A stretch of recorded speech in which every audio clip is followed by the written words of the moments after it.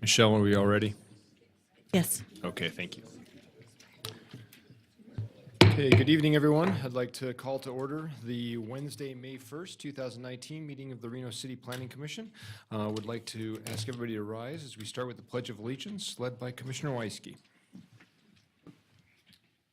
Pledge allegiance to the flag of the United States of America and to the republic for which it stands, one nation, under God, indivisible, with liberty and justice for all. All right, thank you very much. Next will be roll call. Michelle, can we have roll call, please? Yes. Britton Griffith, Present. Peter Gower, Here. Ed Hawkins, Here. John Marshall, Here. Paul Olivas, Here. Kevin Weisky, Here. Mark Johnson. Here. We have a quorum. Great, thank you very much. Next item on our agenda is public comment. This item is for either public comment on any action item or for any general public comment. Just a reminder for those of you in the audience, if you'd like to make a comment on any item, please see Michelle and fill out one of these forms. For general public comment, I do have a couple of requests to speak forms. The first is from Tammy Holtstill.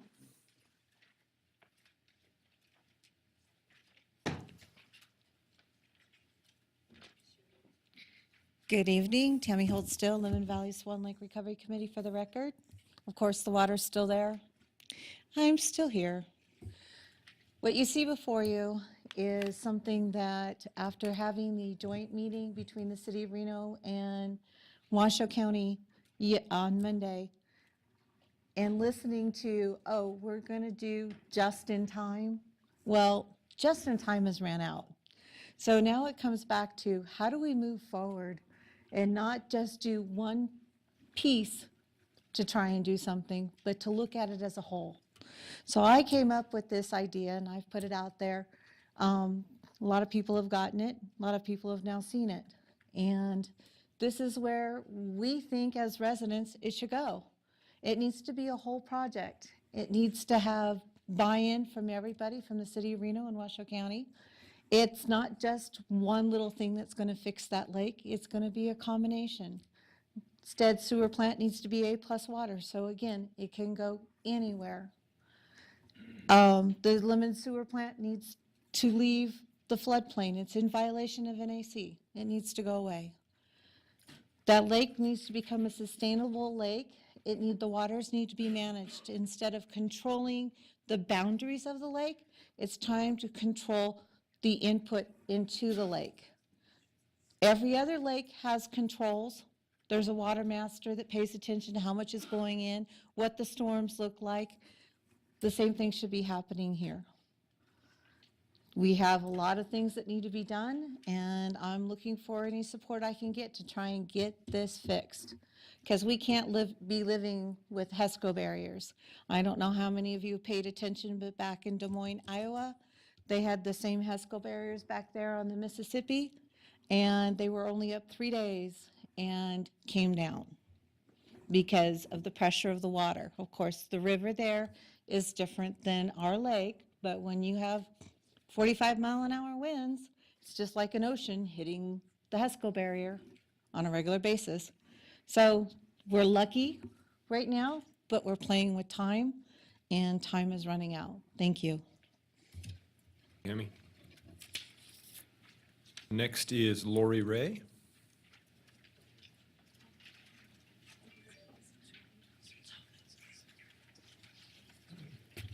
Good evening, Commissioners. I just wanted to talk a little bit more about that billboard that's south of town over, it's called Summit Club.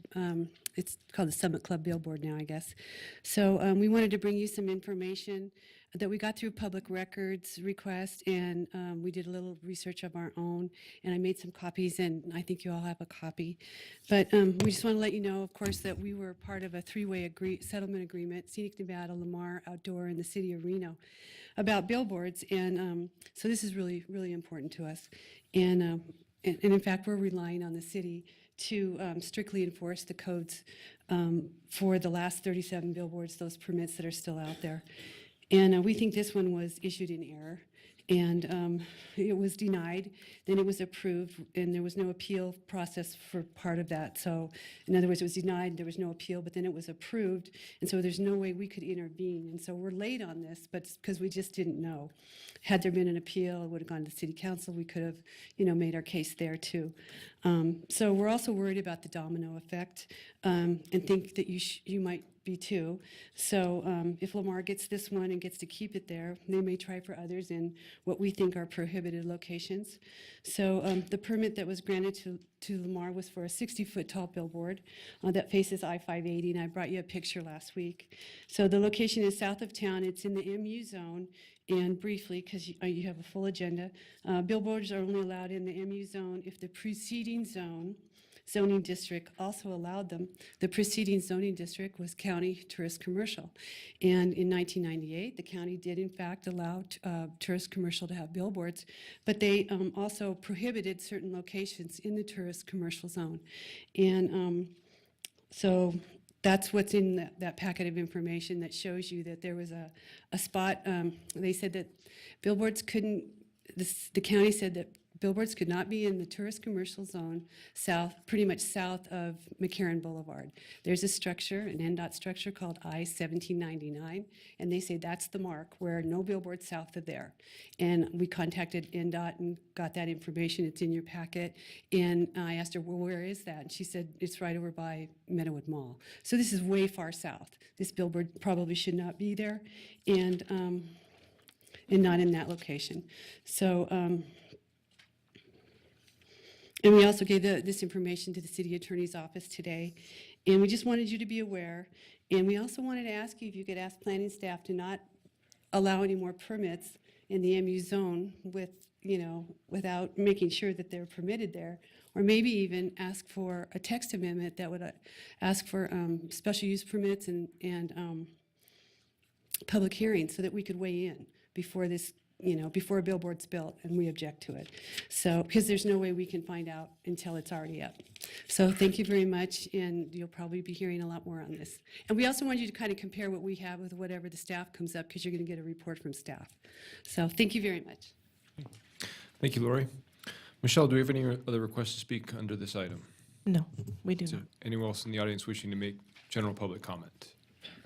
Seeing none, I'll close public comment and bring it back to the commission for item number 4, City Council Liaison Reports. I don't have anything from Councilwoman over tonight. Okay, thank you. All right, so next up is public hearings. We have agenda item here, been contacted with a request about a slight adjustment to the order here. We're looking at moving item 5.4 up to be the first one, as we believe there's going to be some changes on that. So I'd like to modify the agenda here and have item 5.4 heard first as our public hearing, unless there's any objections to that on the council or on the commission. So with that, I guess we'll move to item 5.4 and then go back. So we'll open up case number LDC 19-00051, Nailed It Restaurant. Looking for the applicant's representative. I guess we might have to back up a sec. Anne Marie, do we have a request in writing from her?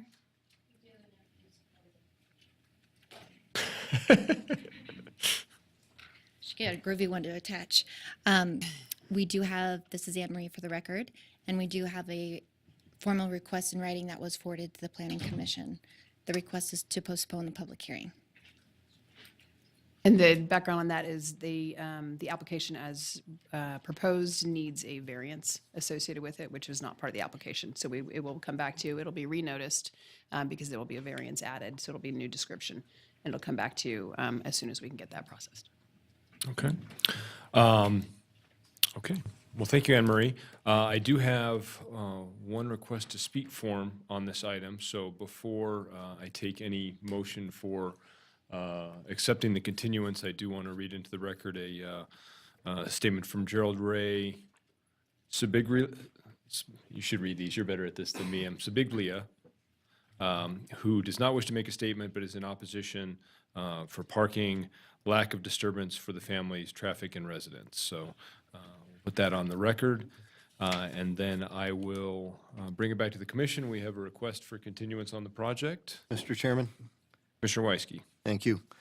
In the case of LDC 19-00051, Nailed It Restaurant, I move that we continue this request, date uncertain, and to be re-noticed and re-agendized when the applicant is ready.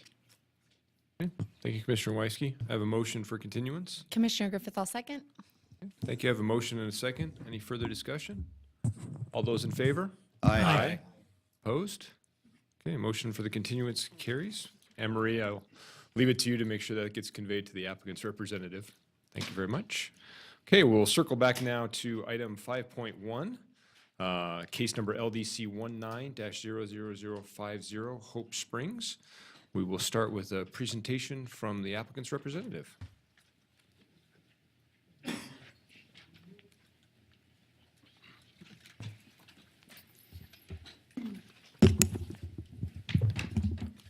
Okay, good evening. My name is Eric Hasty. I'm representing the applicant, Northern Nevada Hopes, and we're here tonight to talk to you about Hope Springs. So Hope Springs is located at 300 East 4th Street. It's near the intersection of I-580 and East 4th Street, right where the underpass is for East 4th Street. It's currently located on a 1-acre lot that's owned by the city of Reno. It is a vacant lot. It's next door to the Village on Stage Street Affordable Housing Project, which is another high-profile project that's going on within this area. So currently the surrounding uses are typical of a mixed-use zoning designation. We have residential, which is going to be to the west. There's commercial to the north and the east, as that are tire shops, as well as some industrial outdoor storage. The Union Pacific Railroad, it does run along the south boundary of this project. The master plan designation is urban mixed use, and it has a zoning designation of mixed use East 4th Street Transit Corridor. This zoning designation is important because earlier in the year, the city of Reno brought forward a text amendment to allow homeless services to be provided within this zoning designation. And two important highlights of this text amendment are that homeless services may be operated without public meal facilities, as well as the design standards will be waived through the special use permit. So tonight we're here to ask for a special use permit to enable a homeless service provider, as well as establish a campus design for a private community center with up to 30 transitional units. So just because the design standards have been waived, we tried to get them as close to the underlying zoning designation as possible. So we are proposing a community center. This will be the only permanent structure or that building that will be on the site. It's approximately 3,000 square feet and consists of kitchen, bathrooms, offices, and a community room. And you can see from the elevations here that they will have horizontal and vertical articulation, as well as different materials. There is a sign, a monument sign will be proposed near the entrance on 4th Street. So the 30 transitional units are manufactured off-site, and Northern Nevada Hopes actually has one of these on their at their business right now, so you can go up there and take a look. This picture is of one of those. So this is what the individual units will look like. They will be for a single individual. They will have a limited furnishings, a nightstand and a bed, as well as limited access to electric. So they'll have like USB ports, but there's nothing that you can actually plug in, so you can't plug in a hot plate or anything like that. They will be insulated, and they also have a heating source in the wintertime. So looking at the site layout, the main entrance is located to the northwest along East 4th Street, and it will continue into the villages at Sage Street. This will be the secondary access that they will share. There's approximately 8 parking spaces that are provided. So the rest of the area will be fenced off, and that includes the community center, which is centrally located. Other amenities on site are going to be a barbecue pit and fire pit area, as well as community garden and a dog park, and there will be dog kennels. There will be up to 6 dog kennels on site, and these will be located on the east side away from the residential area. There's also 4 accessible units that will be provided that will have ADA access into the community center as well. Now, this entire site will be fenced. We're proposing wrought iron fence on the sides as well as the front and along the back. So there are no landscaping standards that need to be met with this, but we are proposing screening trees very similar to what would be in the zoning designations. So when we went to the Neighborhood Advisory Board, there was a lot of questions about the process and the services that this offers. So I'll just go through a couple of those right now. So this is not open to the public. Anybody who will be on site will be vetted through a evidence-based screening process to make sure that they are eligible for this. They will be assigned a project coordinator and case manager, and they will have just temporary use of the area for about 3 to 6 months is what the average person will probably be there for. So the project goal is to help to provide medical and supporting services, as well as a tailored plan to each individual to get them on the right track to be able to go into long-term permanent housing. So this is really a transition area. It's meant for temporary use. They do this through a residential advisory council. So this is to establish self-reliance and a sense of community. So each of the members will be responsible for themselves as well as the people within the community, and they will be expected to follow strict rules and laws, some of which include a drug and alcohol-free campus, no overnight guests. You're allowed to have guests, but they must check in at the community center, and no overnight guests. And if they do fail to meet these, so this will be evaluated on an individual basis. We understand that there are some rough times when you're going through this process, so eviction process will be based on the individual. Some of the security measures that we have are it's going to be completely fenced, as I went over already. There will be 24-hour video surveillance, and there will be limited access to the community center at night. So they'll have 24 access to the restrooms, but the rest of the community center might be closed at night. So the applicant has reviewed the staff report done by the city. We have agreed with all the terms with the exception of condition 11. We are requesting that this condition be amended. So if you can read what we have here, the part that we are proposing to keep will be in black, and what we'd like to add would be in red. And I believe you guys got a copy of this in your packets, but basically what it's stating is that the only barbecue and fire pit will be attached to the community center utilities. It will be natural gas. Anything else such as propane tanks or any other types of fuel will be prohibited at all times. The rules and regulations that will go with this will be reviewed by the fire department as part as their operations plan prior to the issue of a business license. So in conclusion, we are asking for a special use permit to enable a homeless service provider, as well as establish a campus design for a private community with up to 3 transitional units. This is in conformance with the zoning and master plan designation. It meets all development requirements, and it's in conformance with the surrounding properties and uses. I'm here to answer any questions you may have. Thank you. All right, thank you very much. We'll get a presentation from staff, and we'll call you back with questions. Nathan, good evening. Hey, thank you. Good evening, Commissioners. For the record, Nathan Gilbert, Associate Planner. Eric did a very comprehensive job covering the request, and I want to thank Eric, Wood Rogers, folks, and the whole Hopes team for putting a lot of legs on a project in a very short period of time. As the Commission's aware, the City Council's contemplated the concept of a transitional housing emergency shelter type of provision for several years. To that end, in February, the Council adopted changes recommended by the Planning Commission to facilitate expanded homeless services in the East 4th Street Transit Corridor and to facilitate design criteria establishment through the special use permit process. Staff is supportive of the requested condition of approval amendment number 11 related to the prohibition of all activities involving flames on site. Fire Marshal is here this evening if you have specific questions. And basically, this didn't come up in our initial conversations in going with the site plan. We had conditioned that, not wanting to see burn barrels or, hibachi grills, things of that nature, in that what's proposed would be permitted as part of the primary structure, would be reviewed by the fire department, limited to being the placement proposed up in front of the primary building with one permitted gas line to a community barbecue.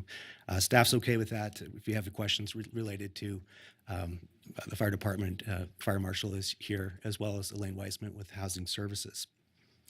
I'm available for any questions you might have. Okay. Thank you, Nathan.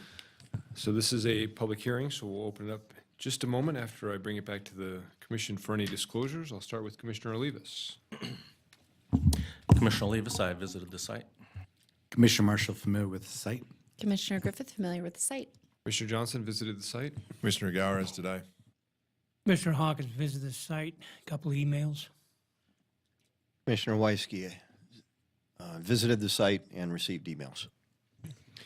Thank you. Michelle, do we have any requests to speak forms on this item? No, we do not. Is there anyone in the audience wishing to make public comment on this item?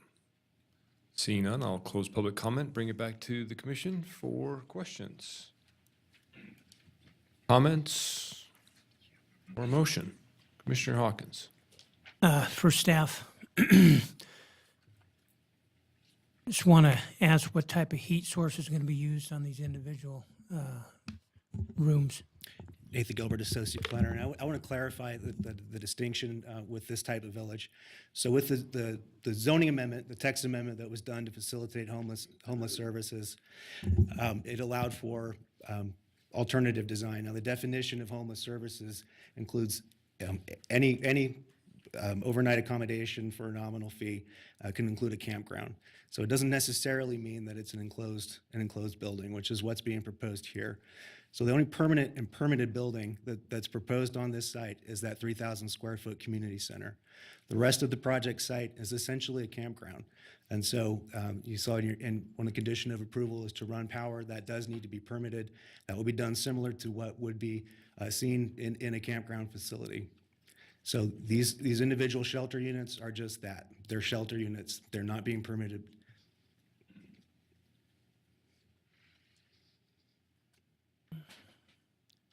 Wood Rogers, I could have swore you said in the wintertime there was going to be a heat source in these buildings. Yeah, so there will be electric, as Nathan stated, and so they will have some type of built-in wall heater. They're still looking over what those may be, but it's going to be something that's approved through the fire department and something that's going to be permanent with the structure, so they can't move it or tamper it, or it's going to be located in an area where they can't put anything in front of it. Thank you. Commissioners, any additional questions? Commissioner Weisky. Mr. Chairman, if you're ready, I'm prepared to make a motion. I believe I'm ready. In the case of LDC 19-00050 Hope Springs, based upon compliance with the applicable findings, I move to approve the special use permit, subject to conditions, with the modification to amendment number 11 as proposed this evening to us, and I can make all of the findings. Thank you, Commissioner Weisky. I have a motion. Looking for a second. Commissioner Gower, I'll second, and I can make all the findings as well. Thank you. I have a motion and a second. Any further discussion? All those in favor? Aye. Opposed? Motion carries unanimously. Good luck with your project. Thank you. Okay. Moving on, the next item on our agenda is case number LDC 19-00045, Winner's Corner at Golden Valley. Let's start with a presentation from the applicant's representative. Good evening. For the record, Jeff Frame, a representative for the applicant for Frame Architecture. I'm here tonight to present a tenant improvement special use permit for a Winner's Corner in an existing retail strip center. We have here on the site plan, just to kind of orient everybody, the street to the On the lower part is North Hills Boulevard, and on the left is East Golden Valley, and over on the right is Golden Vista Avenue. Currently, as constructed, there are 80 parking spaces on site, and our project, the tenant improvement's going right here in the lower right-hand corner. Here's an existing a parking analysis for the site. By the time you take in and add up, figure all the tenants, we're required to have 69 spaces, and we have an existing parking count of 80 spaces on site. Our peak hours are from 7 a.m. to 11 p.m. The site is restricted as far as operating hours from 6 a.m. to 11 p.m. So there's nothing between 11 p.m. and 6 a.m. that's allowed to be open in the development. Here's a picture of the building taken obviously about a month and a half ago. So you can see our site is right here in the lower, I'm gonna mess this up, aren't I? Lower left-hand corner over here. And again, it's these two spaces right here where the convenience store is going in. Parking lot's over here all covered with snow, and the street right out in the front here. Typical convenience store layout. There are two bays, that we're taking. It's about 2,400 square feet total. We'll use one main entrance. The other entrance will be alarmed for exiting. Signage concepts, the signage that's allowed facing the parking lot and facing North Hills Drive. Nothing on the east elevation facing any of the houses, so it won't be in there. And then there was a question at the Neighborhood Advisory Board meeting about some of these windows. These windows that are actually in here right now and the stuff that's facing the east here, those will actually be blacked out. So none of the light from the inside of the store will be able to hit any of the houses there. That's it for my presentation. We've read the staff report. We agree with all the conditions thereof, and I'm here to answer any questions. Okay, thank you, Jeff. We'll call you back once we've heard the presentation from staff. Good evening, this is Anne Marie Lane, Assistant Planner for the City of Reno. Thank you, Jeff, for the overview of the project.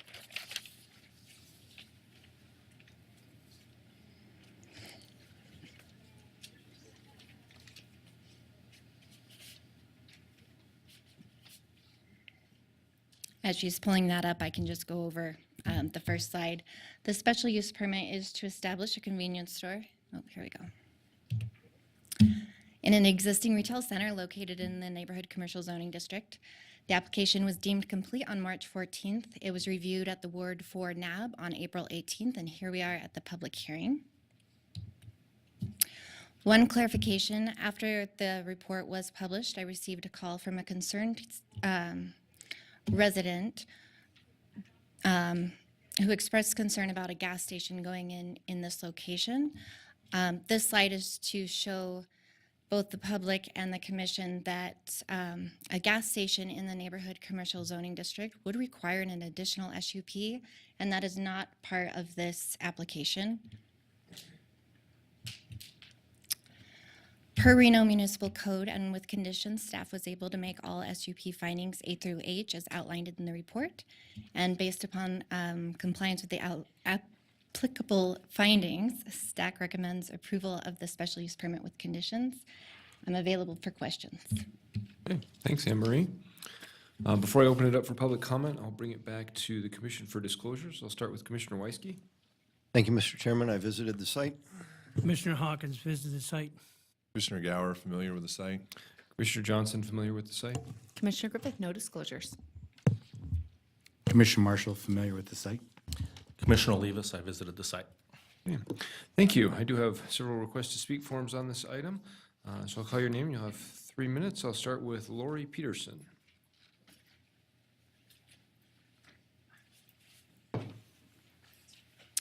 Good evening. I am one of the homeowners that live 2 doors or 2 houses down from this proposed Winter's Corner. We fought very hard not to have a 24-hour, which thank you very much for not allowing that. And so we are now blessed not to have a 24-hour because last time it was supposed to be a 24-hour bar. That corner that is proposed is right on Golden Vista. So my concern is all the alcohol that's going to be sold, you know, how long it's going to be there, as long as it's not going to be a 24-hour. But there's no way that anybody that's going to be in that corner, they're going to make a left turn right onto the street. It's bad enough right now that we have the 24-hour quick stop.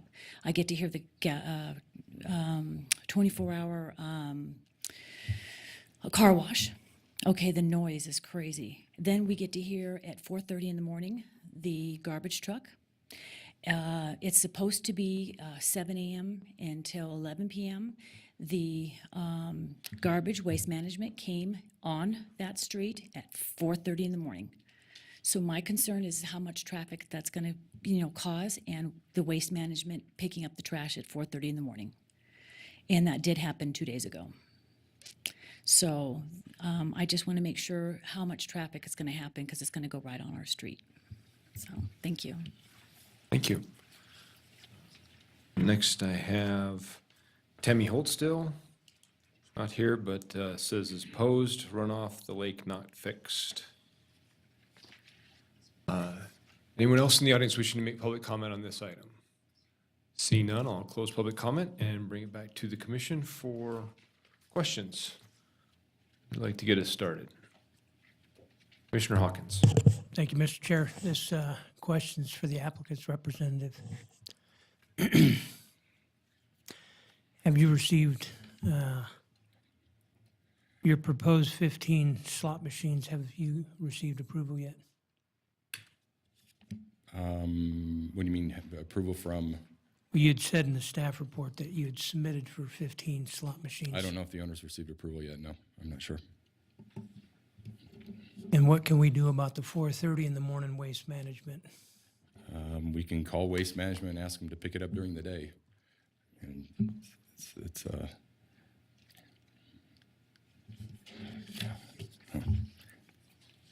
Additional questions? Mr. Chairman, Commissioner Weisky. Commissioner Weisky. Anne Marie, and you might want to pass this question off, but is it allowable for the Planning Commission to condition the project for trash pickup times? Claudia Hanson, Planning Manager, I'll jump in. We can ask them to coordinate with Waste Management, but we typically don't recommend you place a condition on there that involves another entity that we can't regulate. Okay. We can help them with that communication, and staff can commit to that to help with that discussion. But as far as conditioning it, I don't think it's appropriate for this project. Okay. I know we've done it for deliveries before, so that's why I was Do it for asking. deliveries because they would have more control over it, because that's going to be one of their paying clients. It's the opposite direction, I guess, Right. of where the payment's going. You can condition the location of the trash, the screening of it, but as far as the time, we really need to coordinate with Waste Management separately. Okay. Thank you. You're welcome. No further questions, Mr. Chairman. Thank you, Commissioner. Commissioner Gower.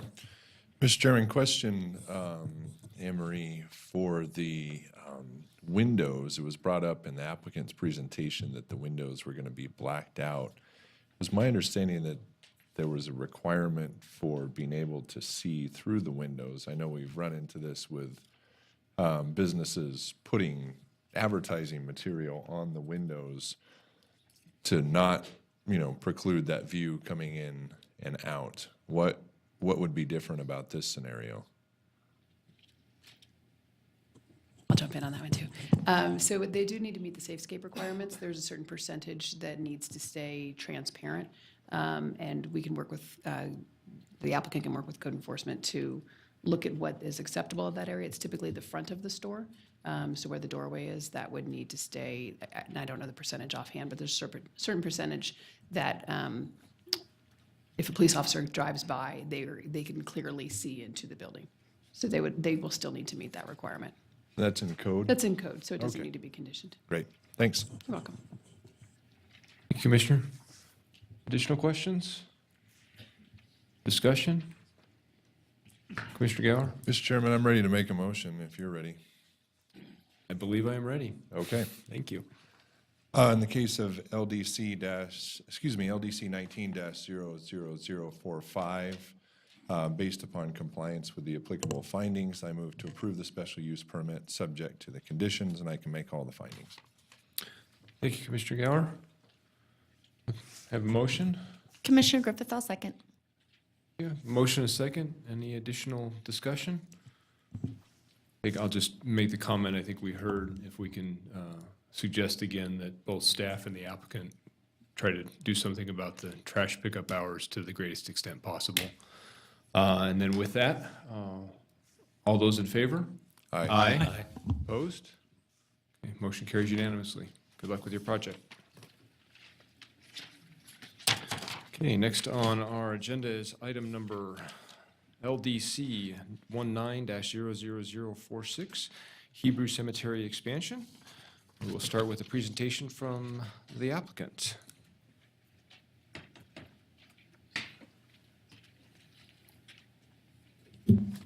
And we'll see if the magic of the,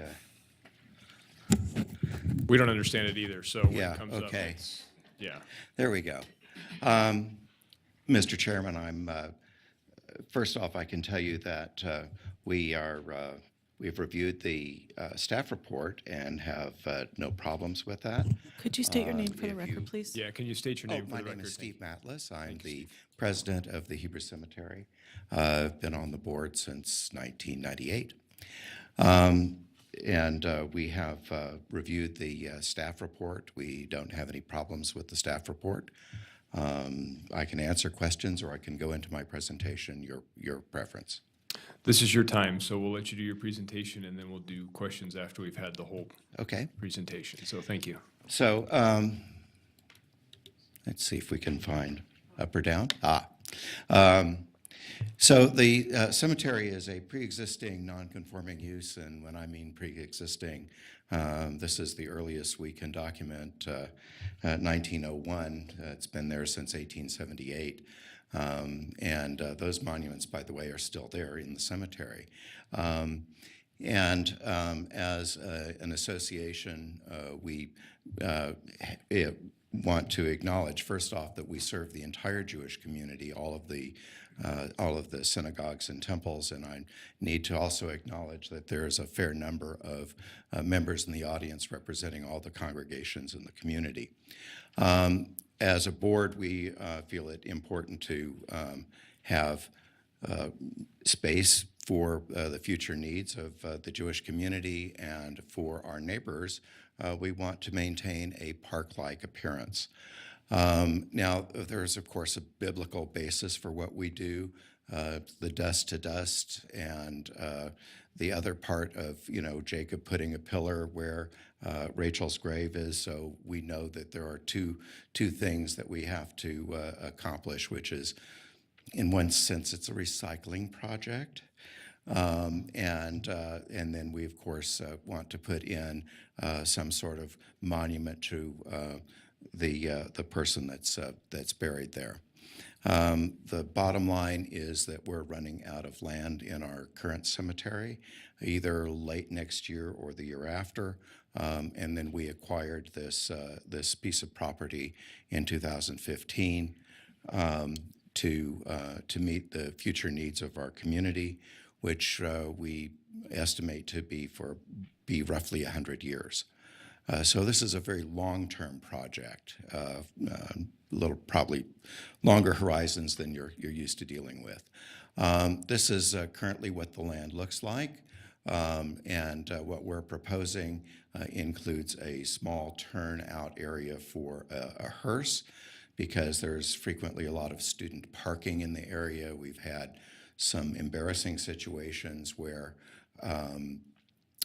students have parked in the red zone and we were unable to get a coffin out of a hearse into the current cemetery. So we're proposing that in the new part that we have a small little turnaround area for a hearse so that we can get the star of the show to where they need to be.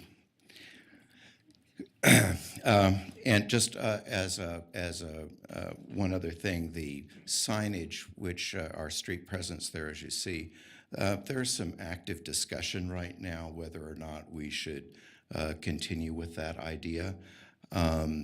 Given the desecration of the Las Vegas cemetery last month and the shootings recently in Southern California, we're a little nervous about advertising our presence. And I just wanted to let you know that that's under active discussion within our group. Here's a sort of a bird's eye view of that whole project. It has basically a small storage building where we intend to keep our paraphernalia related to burial, chairs, devices, shovels, that sort of stuff. And then we're also seeing an increase in requests for burial of cremains, so we have an area designated for that. What's interesting is on the West Coast, even though it's an anathema for the religion, traditionally we're seeing on the West Coast 30 to 50% of new arrivals are as cremains, and we're seeing that right now. For the last 5 years, we've seen about 30% new arrivals come as cremains. Here's what the building would look like if you were looking south. That thing about Rachel is that frequently people will take a rock and place it on the marker of their loved one because it is a permanent thing, whereas when you put flowers on it, that's a very transient thing. So there's a religious background for that, so there'd be a receptacle for small stones. And then we're also looking at some, rather than the square lines of columbaria that people are traditionally see, we like this idea of a large stone with these holes in it that cremains can be placed in, so it looks a little bit different. The rest of the cemetery will not have upright stones, but rather flush with the ground. For any number of reasons, including the reduction of any burden on the cemetery in case there's a vandalism event. So those are the big things that we are trying to keep an eye on. That is the majority of my presentation. We've looked at the staff conditions and have no problem with them, and look forward to your questions. Okay. Thank you, Steve. We'll get a presentation from staff, and then we'll bring you up with some questions.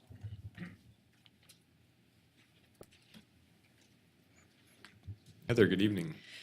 Good evening, Chairman Johnson and Planning Commissioners. Heather Manzo, Associate Planner for the record.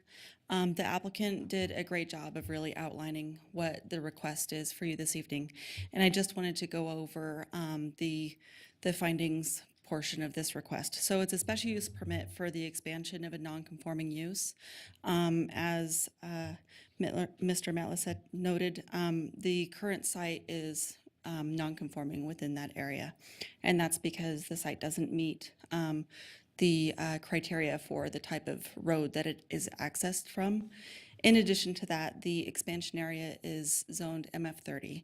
And so MF30 does not allow for this type of use, and so the expansion would be for both of those aspects. With the Planning Commission's consideration of a special use permit of this nature, we need to look at both the standard SUP findings as well as two findings that are related to the request for the non-conforming use expansion. And those two findings are that the expansion wouldn't have any negative damaging effects to the character or quality of a neighborhood, and that it wouldn't hinder any surrounding properties from future development. And the second finding is that the proposed improvements would be in compliance with our current Title 18 code. And so the analysis of findings is included in the staff report.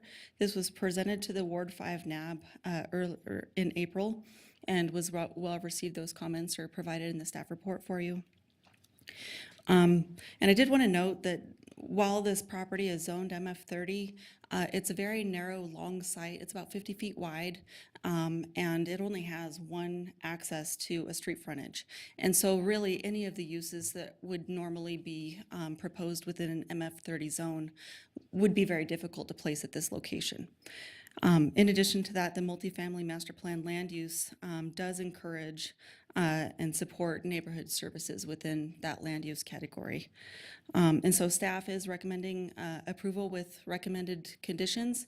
One of the conditions, and Mr. Matlis had noted that driveway to allow for off-street loading or unloading, and that is recommended to be part of the first phase of development.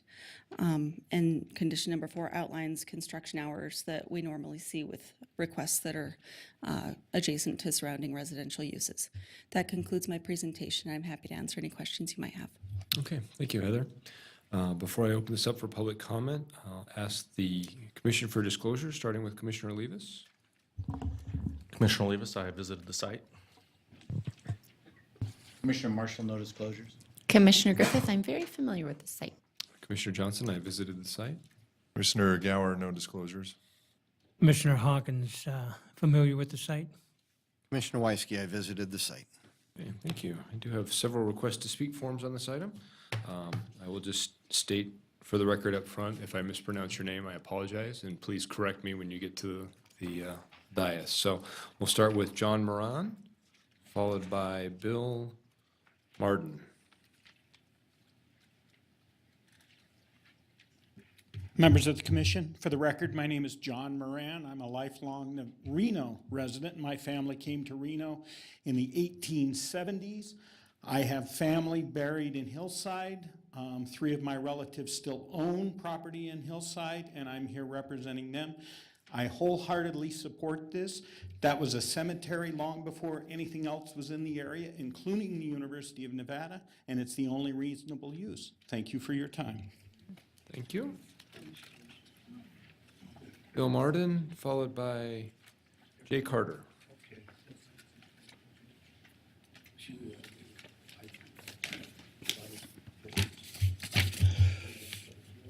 First time here, excuse me.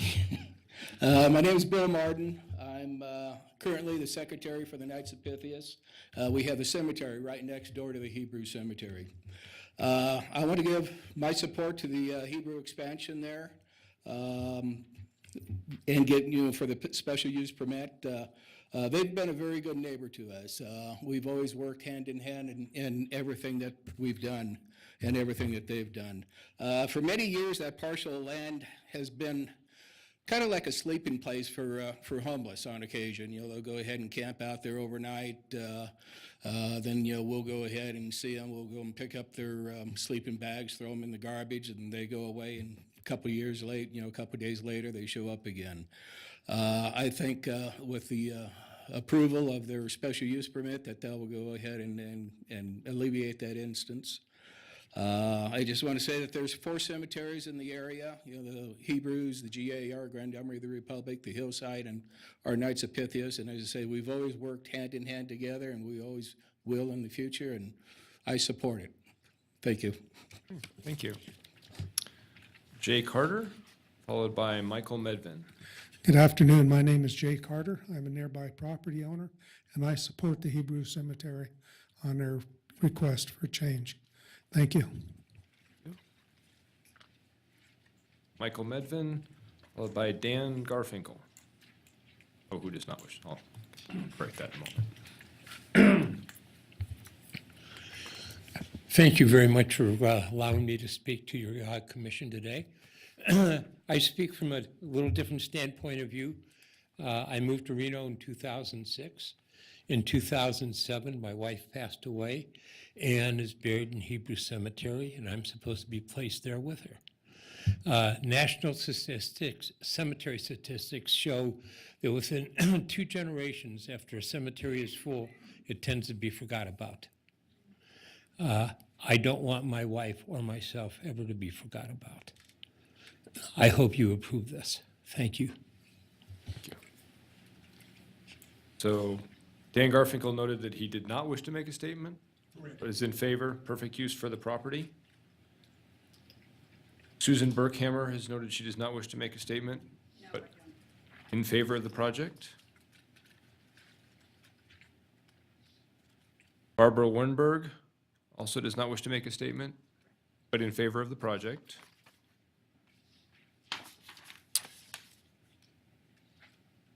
I'm in trouble with this one. Jill, I got Jill. Jill, sorry, Jill. Also in favor of the project, please approve. Okay, Francis, try you.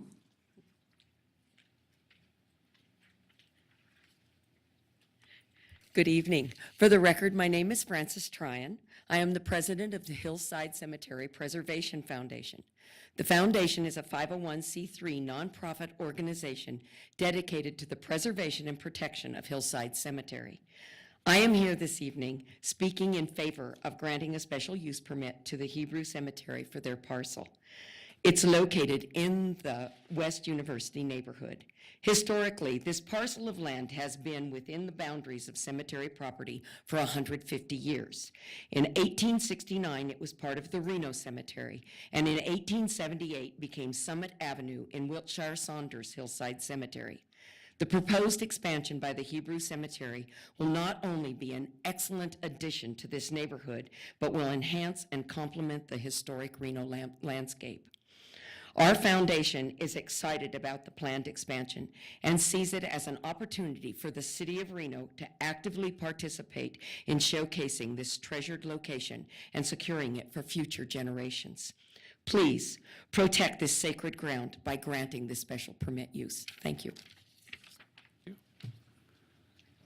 Barry Benson I'm in favor. does not wish to make a statement, but is in favor. Gail Small.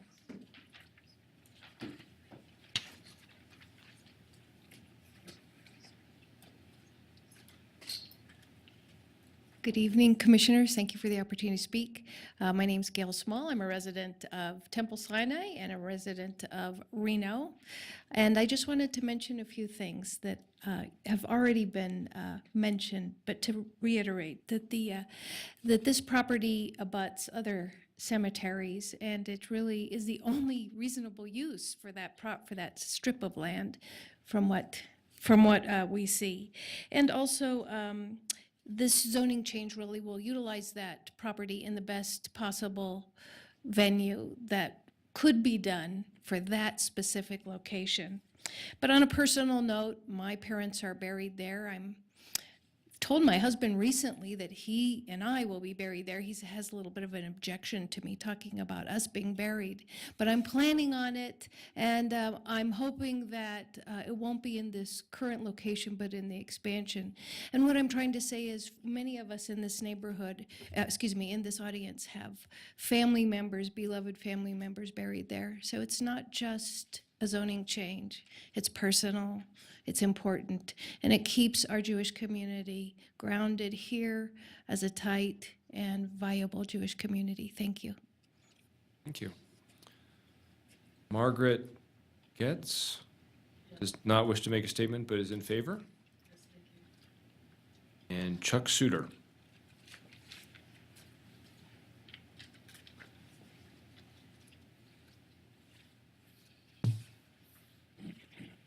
Good evening, Commissioners. My name's Chuck Suter. I'm a trustee of Amity Lodge Number 8, Knights of Pythias. Our address is 980 Nevada Street. Our cemetery was founded in 1882. Our north fence line shares the property line with the Hebrew Cemetery. One thing that has been left out of the comments is we have already granted them a 99-year easement on the northwest corner of our fence line, would be the southwest corner of their fence line, for a gate to give them access with their heavy equipment and everything, or what it takes to bury people. We're in wholehearted support of this idea. I've been a trustee of Amity Lodge for approximately 18 years now, and a member for over 35 years. It's the only use for that piece of property. I'd hate to see them try to stuff some apartments or something in there. We already have enough problems with the college students and the graffiti and damage to cemeteries and headstones and everything. So as far as Amity Lodge is concerned, we're in wholehearted support of this zoning change. Thank you. Thank you. Okay, that is the end of the request to speak forms that I have received. Is there anyone else in the audience wishing to make a statement on this item? Please come up, state your name for the record, and then see Michelle afterwards to fill out a form. Hello, my name is Tova McGilvray. I am born and raised in Reno, Nevada. I attended University Nevada, Reno in 2007, and I would try to hopefully respectfully park next to this cemetery whenever possible. I found it to be a tranquil and calming presence, in large part because my grandparents are laid to rest there. My mother and her husband still live in Reno, and God willing, many years from now, I will see them buried in the same cemetery as I plan for myself, as I intend to make Reno my lifelong home. And as with this being the 100-year plan for the expansion for the Hebrew Cemetery, it's servicing the young Reno young Jewish community like myself to look forward and see my future resting place here in my hometown. Thank you. Thank you. Anyone else wishing to make a comment on this item? Seeing none, I'll bring it back to the commission and ask for any questions, comments. Commissioner Gower. I'm ready Or to a make motion. I'm ready to make a motion. Are you ready for that, Mr. I Chair? don't see any questions. Okay. In the case of LDC 19-00046, Hebrew Cemetery expansion based upon compliance with the applicable findings, I move to approve the special use permit subject to conditions. Commissioner Weisky, second. Okay, I have a motion and a second. Any discussion? All those in favor? Aye. Opposed? Motion carries unanimously. Good luck with your project.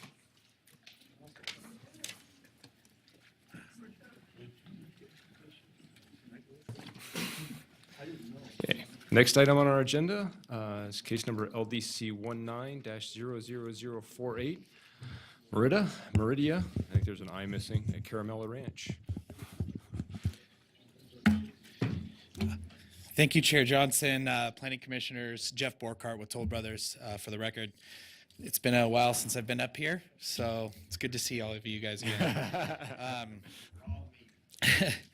So Toll Brothers is currently developing a 293.8 acre site located in the southeast portion of the city. Caramella Ranch is a 935 lot subdivision. It's located south of Damani Ranch. Here, I can use this mouse here. South of Damani Ranch, right here. It's located east of Curdy Ranch, north of Virginia Foothills, and west of the Rhyolite Aggregate Pit. Western Skies bisects the property and enters from the southwest and northeast corners of the site. And this particular request is focused on that area, highlighted in red there and zoomed in right here. So before I get down into the request, I want to give a little bit of background on this site, since it's been a couple years before the Planning Commission has seen it. This project was originally approved in March 15th, 2017 for 935 lots. Currently, 644 of the 935 lots have either been final mapped or under review by the Community Development Department, and we're currently under construction on the site. During that process, while we were planning everything, it's a little bit hard to see for people that are in the audience, but I think you guys can see it on the television below. But while we were planning the project, we tried to acquire that triangular piece that I mentioned earlier, and were unsuccessful. And so that particular property has a mixed residential designation on it within the plan unit development.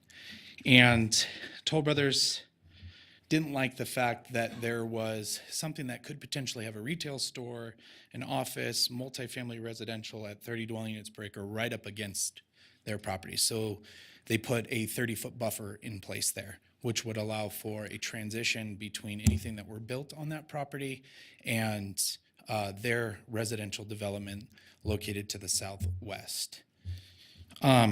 Since then, we have entered into an agreement to purchase the property.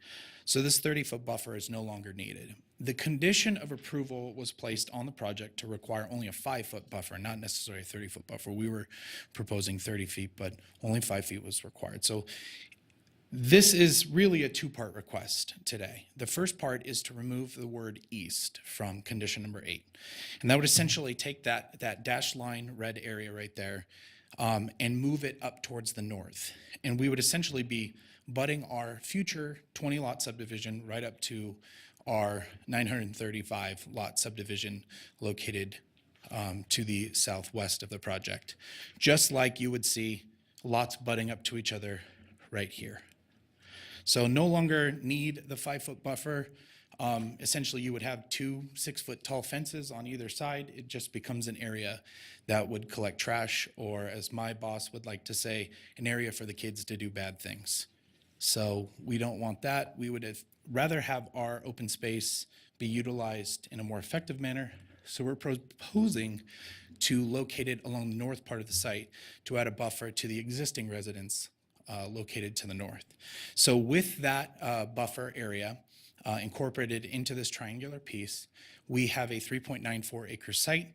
It's 20 lots, so that's 5.1 dwelling units per acre. 30 dwelling units per acre are allowed on this property. The minimum lot size is 3950 square feet. That's this tiny guy right here, lot 16. The minimum lot size required in the PUD is 2,400 square feet. The maximum lot size here is 11,127 square feet with the average lot size of about 5,400 square feet. We are proposing 11% of our site to be common area landscaping. That includes that buffer along the north side of the site and right along Western Skies and the main road into the subdivision. The buffer, the 30-foot buffer along the north portion of the site would be landscaped at a similar rate that all the other open space areas in Caramella Ranch are landscaped at. And that's 1 tree per 600 square feet, 3 shrubs per tree. And then along Western Skies, which is our more decorative landscaping, has higher intensity landscaping, that would be landscaped at the 1 per 300 square feet, 6 shrubs per tree. And in addition to this, which what you can't see because we already have master infrastructure improvements approved, there's a parkway strip that goes right along here. So you'll have double landscaping before we even hit our fence for the property line there. So this is surrounded by residential on all sides with the exception of the Rhyolite pit located to the east. So it would be consistent with everything. It's similar to the density. And this kind of shows you where we're at as of October. This was a shot in October, and it shows the residential located to the north. And this is our Regency 5 village. And then you can see residential being built all around. And as I mentioned, this is in the mixed residential. That's that purple designation. There's a lower density designation located to the south, but we fall within that 30 dwelling units per acre allowed. And single family residential is allowed. You just need a tentative map when you're subdividing more than 5 lots. So in this case, all utilities are available to the site. There's storm drain. It's very minor storm drain on the site because the street does convey most of the water to here. It will flow into the Damani Ranch Drainage District. We do pay Damani Ranch Drainage District fees. We do pay our dues into that and our impact fees. So it was, that whole Damani Ranch Drainage District area was planned with this site in mind. Our sewer does flow to Regency 5, which is the project located to the southwest. And it will gravity flow there and then eventually go into a new county interceptor. So capacity is not necessarily an issue in this area. And then in terms of water, our water connects right into Western Skies. And Toll does have numerous banked water rights. In addition to that, we would purchase any extra water rights if necessary. And we understand that you need a will serve letter before you can go forward. Grading is pretty minor. While you're out there, it kind of looks like a flat site, but it does fall 6% across from the south to the north. And you do enter the site at the crest of Western Skies right there. So we do have a cut of about 6 feet. That's right here in this area. It's a little hard to see on the screen from my point of view. And we have a fill of about 7 feet down in this area. And that allows for, we're a little constrained because you have to gravity flow your sewer in one direction and get your drainage to go in the opposite direction, and your street can only be one particular grade. So there's only really one design that could work on this property, and that's pretty much what we have. And we are treating the slopes with the revegetation and the planting that I mentioned earlier. So pedestrian access was really important while this project was going through the first time. And there is connections throughout the project to the regional trail network that exists throughout Damani Ranch. There's connections to Brown Elementary School and also Damani Ranch High School. We're proposing to continue that. Right now, the sidewalk in the existing plan stops midway through Regency 5, right after the driveway. We're proposing to continue that sidewalk and then continue it all the way along our frontage and connect right into this trail. And there's also a crosswalk that comes right across here that also doubles back onto the sidewalk on the other side of the street. So we are proposing pedestrian connectivity throughout the site in this case. And then the bicycle connectivity will still remain. We're in the process of constructing Western Skies right now throughout the site, and then Western Skies up until the entrance of the site has been completed. There is a bike lane there right now. We're in conformance, substantial conformance with the master plan and numerous policies that are mentioned up there. And we do meet all of the findings for the tentative map. We did read through the staff report and agree with all the proposed amendments to the conditions. Above and beyond what we originally requested. And I will say that it's been a pleasure working with staff, and Heather did a great job, and really appreciate it being on this side. So that's it. I'm available for any questions. Thank you. Thank you, Jeff. I'm sure Commissioner Weisky will call you back here shortly with some questions. On to a presentation from staff.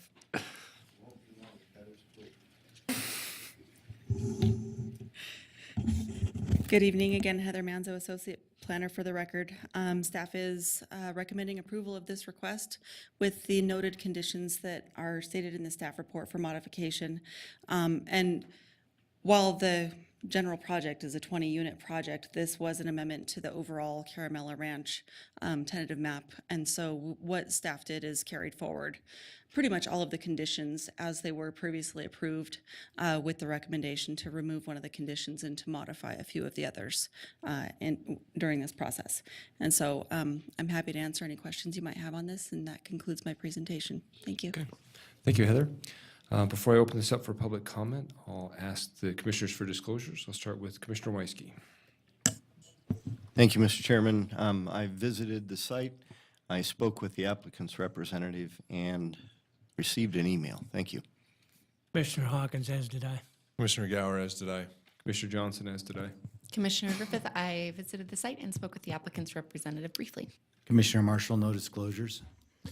Commissioner Olivas, I spoke with the applicant's representative and received an email. Okay. Thank you, Commissioners. Michelle, do we have any requests to speak forms on this item? Not on this item.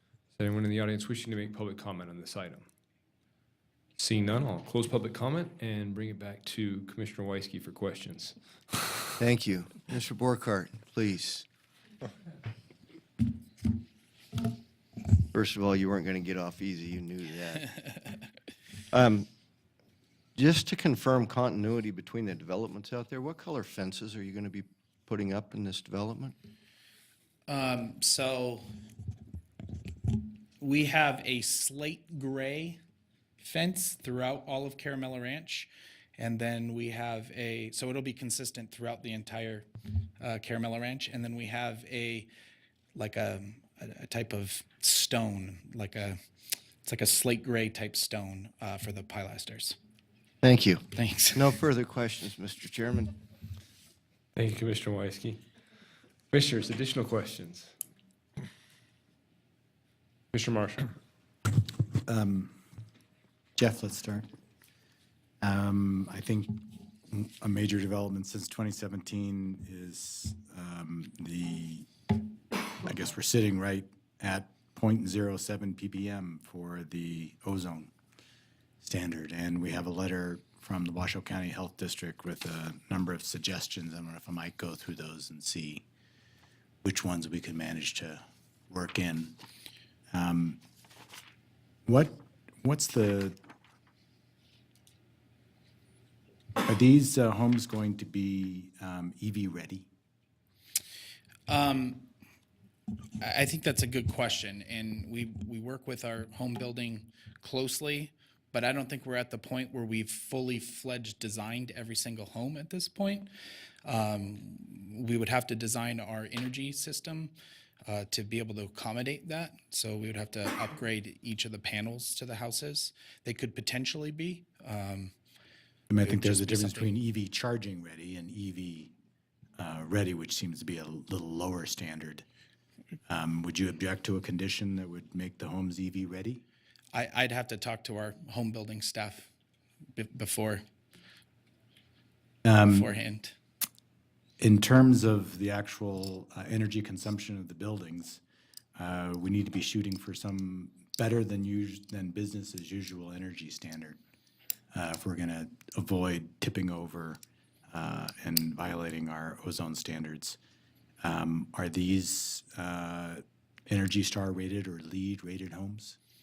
I do not believe we're doing any LEED rated homes, nor are any developers so far in the community that I know of. But we do have Energy Star appliances throughout the home. We do use energy efficient windows, and with the 2019 updates to the code, there's far more stringent energy standards in there than we currently have in our existing building code. Next, they recommend that the homes be solar ready.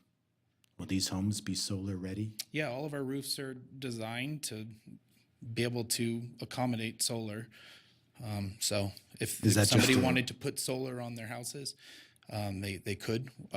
Toll Brothers doesn't install solar on their houses, but they could do that after the fact if they wanted to.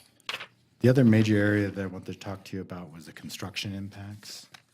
I know this is the kind of the tail wagging the dog on your project here, since it's just a little rump of the overall projects. But in terms of the construction equipment suggestions that the air quality district has, in other words, discouraging or prohibit the use of Tier 0 or 1 diesel engines, and encourage or require Tier 3 or cleaner diesel engines. Do you know what, if you could you live with a condition that says use Tier 3 or cleaner diesel engines? I'm not sure what all the contractors' standards are in town. We typically use one of the same 5 site development contractors in town. I am not sure what kind of diesel engines they have. That would be something I would have to call around in order to get a condition to see what they actually use. But there's the same 5, every developer in town uses the same 5 people. All right. And then I noticed that there is the established dust control on page 12 of the staff report. And I was just going to check with Heather. Sorry. Thanks, Jeff. Okay. And is that the same standard that is referenced in the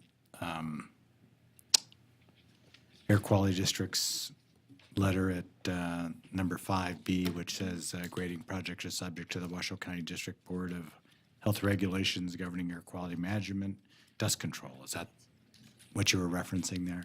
Heather Manzo, Associate Planner for the record. Yes, that's correct. That's the same requirement for the dust control permit. Excellent, thank you. I was going to shift to schools. If anyone else has, do you want? Commissioner Marshall, before you shift over to schools, if I could, Mr. Chairman. Just to follow up on Commissioner Marshall, your line of questioning relative to the health district's comments. I brought that up on an item at our last meeting, and the direction that I got from staff was that we're going to address that in the Title 18 code update, so we have a standard approach to incorporating the items that you question the applicant on. I guess my request or try to phrase this as a question since we're in questioning, but it's really not a question, it's a request that we address those comments in the staff report from the health district as being received, as being considered, because I do not think they are being considered by the applicant or by staff. I have the feeling that they're being ignored. So if we are going to address them through the Title 18 update, then I think we need to say that in the staff report so we're disclosing it. And if staff feels differently, I would appreciate that feedback. Claudia Henson, Planning Manager, we have no problem with that. Thank you. Okay, Commissioner Marshall. Do we have someone from the school district here, or, I'm sorry. I'll just make a, can I make a comment, or you want me to wait? Let me see if we have any more questions first, unless it's a specific question on the schools. Commissioners, any additional questions for the applicant or staff? Okay, Commissioner Marshall, I'll let you start with discussion. Actually, I'll ask Heather, but I think it's information from the school district. I had, when we had them come to our commission a couple months ago, I think now, I thought they had agreed that they would be providing kind of net approved but unbuilt enrollment potential. And I'm just not seeing it in these, in the letter that they have for this particular tentative map. I don't know if perchance you happen to know what those figures might be. If we looked at what's already been approved in terms of school capacity and its impact on the new schools that are being proposed. Heather Manzo, Associate Planner. Unfortunately, I don't have that information for you this evening. What was provided in your staff report is what was provided from the school district, noting that there is going to be a new elementary school coming online later this year that will serve this development. Thank you. Thank you. Okay, Commissioners, additional discussion. Commissioner Marshall, was that your question, or did you have additional discussion after that? Well, I can lead into discussion if you'd like. So that doesn't really affect this particular project. The numbers here are very small for additional students, but I think it does. I thought they had agreed to provide us some information with the capacity impacts, to get a better handle on the capacity impacts from not only what the particular project was going to add, but what was either already approved but unbuilt, and potentially anything down the pipeline, so we have a better ability to gauge the impacts from the cumulative impacts of development on schools. The only other comment I had would be on the health district letter, and I think Commissioner Gower's point. The way he chose to address it is fine with me. Thank you. Thank you, Commissioner Marshall. Additional discussion items. Mr. Chairman. Mr. Gower. I'm pleased to have an advocate on the commission for the health district letter, because I feel like I've been the only one pushing this item. As each one of these projects comes through and we don't consider the recommendations of the health district, and as Commissioner Marshall stated, they're not challenging recommendations. EV ready, in my mind, and as I understand it, based on conversations with people who know more than I do about this, is that it means putting 220 capacity in a place like a garage where you would have an electric vehicle. That doesn't seem like a very high bar. So I would request that as a city, we really kind of get behind these recommendations and provide those opportunities for future EV buyers, because there may not be a ton of them on the road right now, but 5 years from now, we might be surprised at how many are driving around. So I'd like us to be not only responsive to the air quality letters, but responsive to future economic opportunities associated with electric vehicle rollout. And I thought we had some good discussion about that yesterday, Harlow. If you want to chime in, I'd be curious to hear your thoughts on it. Thank you, Commissioner. For the record, Arlo Stock, I'm Community Development Department Director. I have been in discussions with Daniel at the Health Department about these recommendations, and it's a topic we need to look into and address in the code update. I guess I'd just add that, whatever the requirements are, my belief is they should be applied citywide consistently to all projects rather than kind of negotiated at the podium project by project. So many of our projects come in straight to building permit and they don't get conditions of approval. So we really do want to figure out whatever it is the city wants to require and incorporate that into code so it's consistently applied to everyone. Could I add on to that, Arlo, before you walk away? I think also what's probably critical for me in this situation, which is different than maybe citywide, is that we're developing on the fringe here, or further out than closer in, and so we are generating additional VMT by allowing a tentative map in this location. Whereas if you were closer in, you wouldn't be generating those same impacts.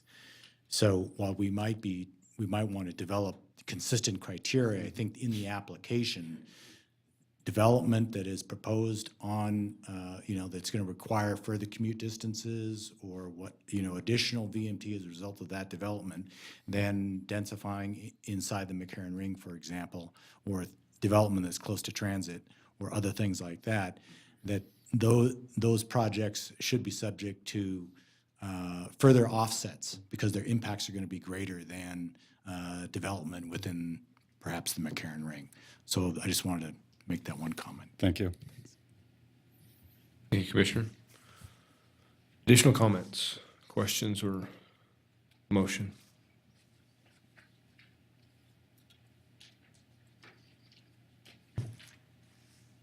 Mr. Griffith?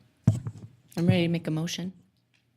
Yes? Okay. Yes. Commissioner Griffith, for the record, in the case LDC 19-00048, Marita at Caramella Ranch, I move to approve with the special use permit, and I can make all of the findings, including the request to modify condition number 8 associated with Caramella Ranch Estates.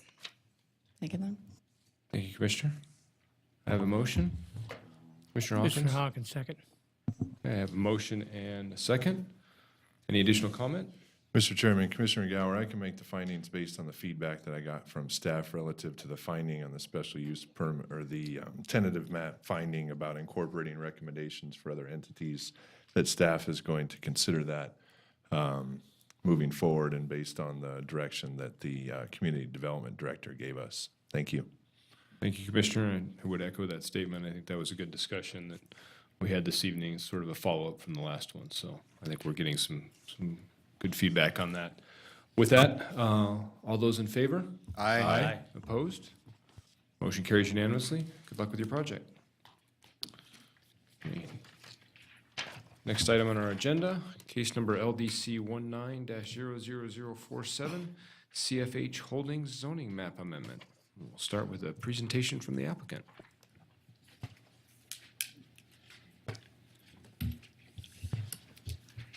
Mr. Chairman, members of the commission, Tom Gallagher with Summit Engineering Corporation representing and Ms. Hanson, I'm sorry, representing CFH Holdings tonight. And this is strictly a zone change as indicated. Now, do I drive that thing? You just hit the arrow buttons on the Yes, just use keyboard. the arrow buttons up and down. Show me where to drive this thing from. Oh, okay. Thanks. This is a little over a 13-acre site located in the Golden Valley area. And the current zoning on the site is SF15. It's surrounded by various different residential zoning categories, and we're proposing to change the zoning to SF9. It's there we go. I got it now. as you can see, it's surrounded by residential areas, and on the west side is the Coyote Crossing project that was just approved, and it has SF6 zoning, special use permit.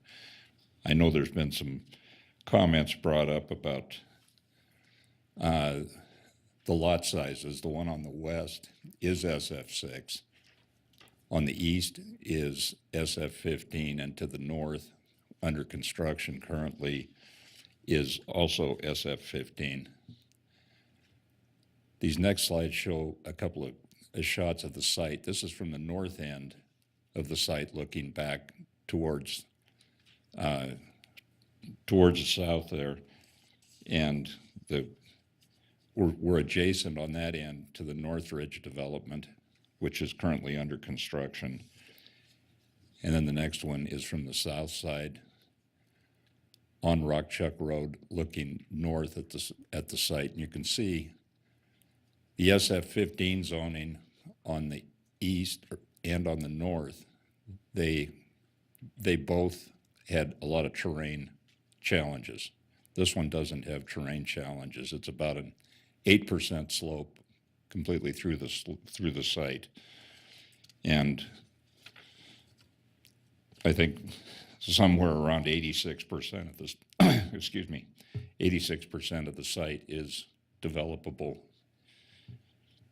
What we're looking for in the zone change actually is the ability to vary lot width, because the SF15 has a width that makes it economically not as feasible to construct the improvements. This is the slope map.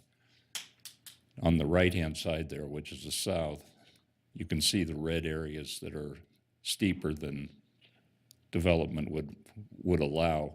That's an old railroad bed. So the site is even more developable than it looks on this. And on the far south end, there's a drainage ditch. The surrounding zoning you can see here. You've got SF6 to the south, the west, SF15 with cluster, and SF15 on the southeast. Now you can see the open spaces left in those other developments.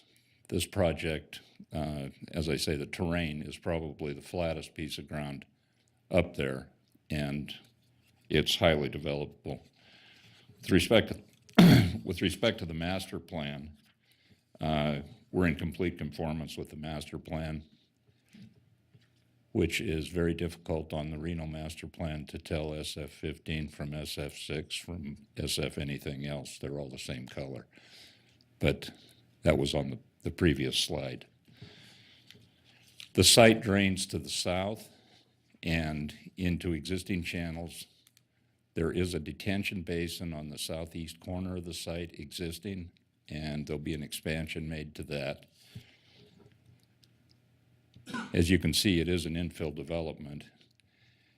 And we're not at the tentative map stage at this point, but basically what we're going to be doing, the site is one that is hard to develop anyway but one way.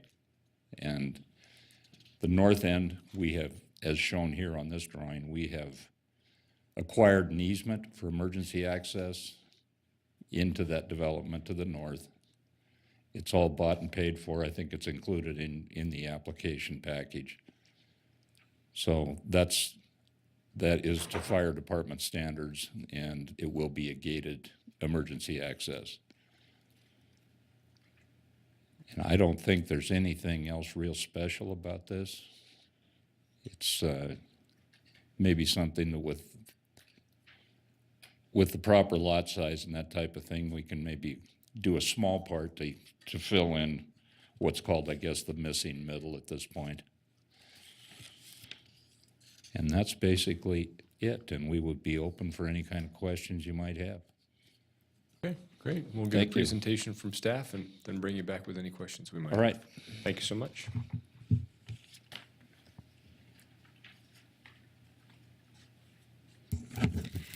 Good evening. Once again, Heather Manzo, Associate Planner for the record. So Mr. Gallagher did a good job of describing the request before you this evening. The staff report does note what the maximum gross density differences would be between the SF15 zoning and the SF9 should development really occur at that maximum unit count level. The average slope of the site, even though it looks steep from pictures and from visiting the site, the average slope is 8%. And so it would not trigger any sort of hillside development review on that. And I did want to note with the surrounding properties to the north and to the east, the SF15 zoned properties that have been developed with the cluster development. Both of those communities did have dedicated open space in association with those requests to meet hillside development ordinances. This site does separate itself from the properties to the east and to the north with some designated open space that are designated as part of those communities. There is open space also directly to the northeast of the subject site, and a couple of SF15 parcels that are just to the east. And if Michelle can give me the overhead, please, I can just quickly reference these. Oh, my apologies. Thank you. So those two SF15 parcels that I noted are these two here, and the Coyote Crossing, which you saw recently, is to the west of that. And so we did analyze this request as far as whether it would trigger any reports as far as sewer studies or traffic studies at this stage of the game. And with the zoning map amendment request, it is not required for those studies to be provided at this time.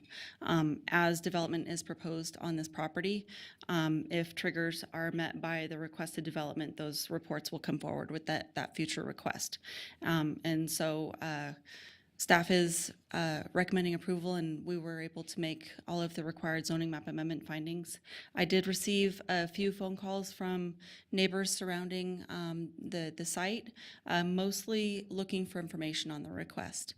And this was heard by the Ward 4 NAB last month, and those comments were forwarded to you after the staff report was published, and generally those comments were in support of the request as well. That concludes my presentation, and I'm happy to answer any questions you may have. Thank you. Okay, thank you, Heather. Before I open up public comment, I will ask once again the Commission for disclosure, starting with Commissioner Levis. Commissioner Levis, I received email. Commissioner Marshall, familiar with the site? Did we get emails on this one? Got an email on this one. Commissioner Griffith, as did I. Commissioner Johnson, I visited the site and received the email. Commissioner Gower received the email and familiar with the site.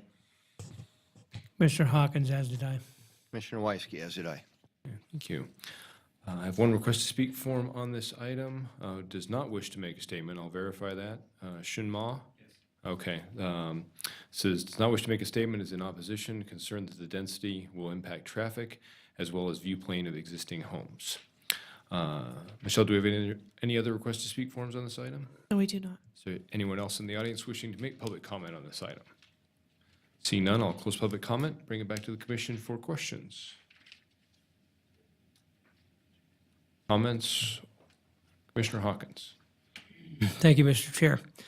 I'm concerned also about the density here, dropping from an SF15 to a 9. And it does affect the roadways when you reduce or increase the density of a lot. So that's my concern right now, is what's going to happen down the pike if we allow this to take place from an SF15 down to a 9, which means more traffic. There's no way to get around that. So that's a concern for me. Thank you. Thank you, Commissioner. Commissioner Marshall. I'm sorry, Heather, or the applicant representative, maybe I'll ask the question, and whoever's appropriate can answer it. Where's this parcel drain to? What, is it within the? This parcel does not drain into Swan Lake. Thank you. No, it drains towards the river. So the Truckee River is? Right. It's drainage? Yes. Okay, thank you. Additional questions or comments? Commissioner Gower? Thank you, Mr. Chairman. Question regarding the difference in number of dwelling units and the traffic, potential for traffic associated with those difference in dwelling units between the two zoning districts. Heather, can you describe for us the difference in the number of potential dwelling units with this recommended zone change and what the potential for traffic might look like based on that? Yes, Heather Manzo, Associate Planner for the record. So when we calculated out the maximum gross density for both of the zones, SF15 would allow 40 units and SF9 up to 66 units.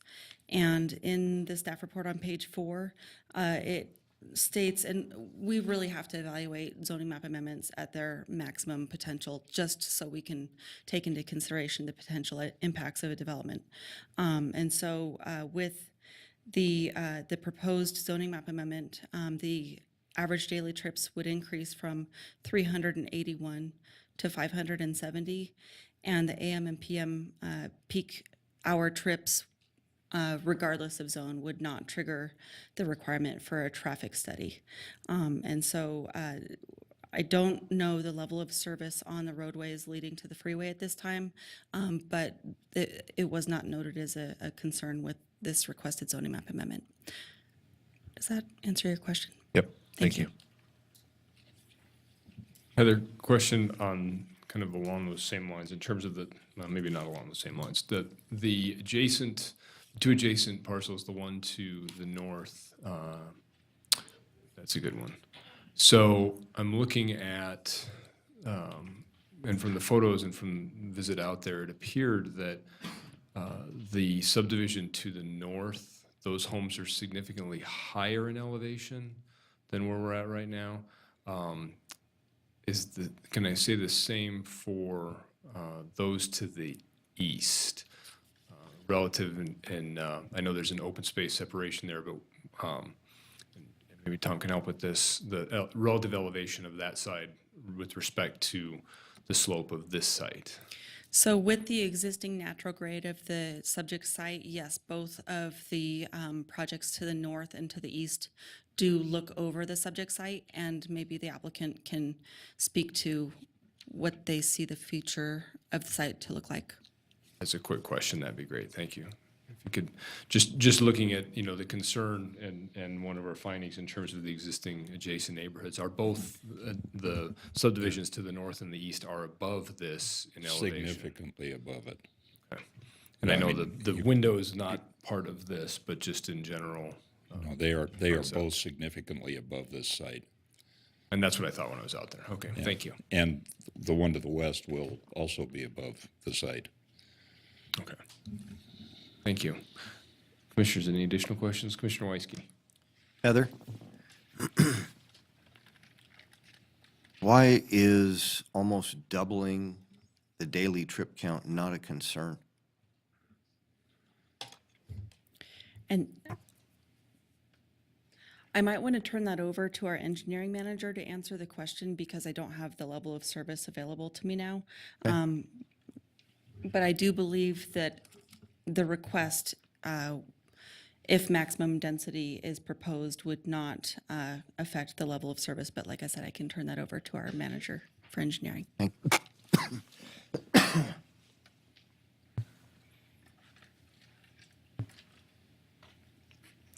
For the record, Mike Michelle, engineering manager. I'm a little under the weather, so my voice is a little hoarse tonight. As far as level of service goes, we weren't provided any kind of traffic study with the application. We didn't necessarily ask for one either. As far as the numbers go, you look at it and you say, well, we're doubling the traffic, but as far as just the pure numbers go, in the grand scheme of things, it's not, in our estimation, it didn't seem like just the pure number increase would warrant a full study. So what does require a study or additional information? I mean, to me, most things that we look at if you get near doubling the number, it constitutes some additional information.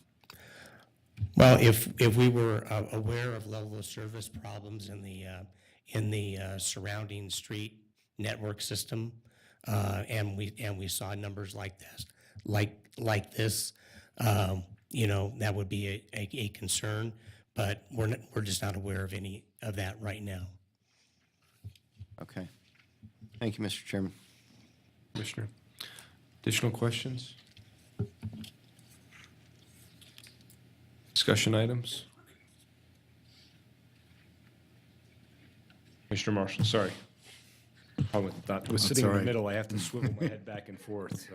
You're just better looking on that side, so you naturally want to look over there. Only 'cause I'm Sorry. Present, or, One there. anyway. See if I can dig myself in even deeper. There's several things of concern here for me. I mean, we're addressing a request for the increased densities from SF15 to SF9.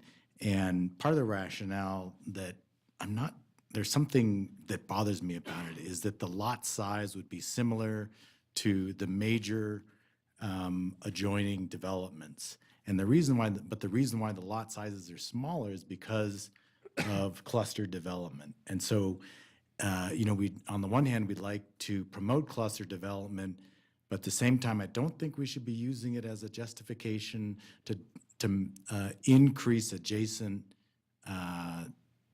zoning that would result in no clustering, but just smaller lots and greater density. So I don't find that rationale that's in the staff report, we should accept that as the rationale for why it's consistent in terms of the adjacency to different zone types, because in effect, we are essentially allowing this developer to go SF9 when the adjacent developer was SF15 and clustered. Then I have additional concerns regarding just arising also from the air quality stuff about increasing density outside the McCarran Ring without we're still in a position where we don't know exactly what we're going to do regarding our ozone requirements. And so I find myself not able to make the findings necessary for this increase in density in this area. So those are my thoughts for consideration of the commission. Thank you, Commissioner Marshall. Additional discussion. Commissioner Weisky. Thank you, Mr. Chairman. I had a hard time with this because the land appears to be developable. When we've changed densities, it was to cluster in the neighboring properties. It was to allow for cluster-type developments because the land was not as readily developable. This, to me, looks like it's readily developable. There isn't going to be as much open space as what was granted in some of these other projects or non-buildable envelopes. And the traffic count concerns me. We're going to end up like we have ended up already with some neighborhoods where and we've talked about this over the last 6 months regularly. We have small developments coming in. We're looking at small pieces instead of large pieces to the pie. And we start adding a bunch of small cluster developments that don't require traffic counts or flow counts for sewage or stormwater. And then all of a sudden we have too much and we're over capacity. And it's too late to expand or widen roads or to deal with stormwater. This particular project being on the valley side, not on the closed basin side of stormwater, isn't a concern. Like it would be if it was a little farther north, but I'm just concerned with it, and I'm having a hard time. I've had a hard time making finding H, and I'm still waiting to be convinced that we've got the findings for making H. Thank you, Commissioner Weisky. Commissioner Gower? Mr. Chairman, I'd like to just piggyback on that finding H. On its face, I see where Commissioner Weisky is going, and so when he said double the traffic, I just wanted to do a little math on it, and So the difference between 381 ADTs and 189 cars, so that's a 50% increase over the existing zoning. That would be 8 cars, 1 car every 7.5 minutes, or 8 cars an hour throughout the course of a day. So on the one hand, it's not a lot. 1 car every 7.5 minutes. I don't know that, if you're standing out there that you would really notice that, or if you're driving in a car, you would really notice that. So for me, I can make finding H on this zone change request. The concerning thing is that where Commissioner Weisky was going is the kind of what we talk about with the cumulative impacts of all of these developments coming in and not really looking at 1 car every 7.5 minutes multiplied by every development that's out there, and then all of a sudden we have 20 cars every 7.5 minutes. So we don't really understand, I don't think, the overall impacts unless we use that level of service standard, and that's why we have that, so we can analyze all of those trips coming into play for these developments in a given area and a given roadway system. So again, on its face, for me, based on that calculation, I can make H, but I am concerned that as a city and regionally, because we look at this regional planning too, these cumulative impacts, that maybe we aren't using our LOS as often as we should. Thank you, Commissioner. Additional comments? Guess I'll piggyback on the piggyback.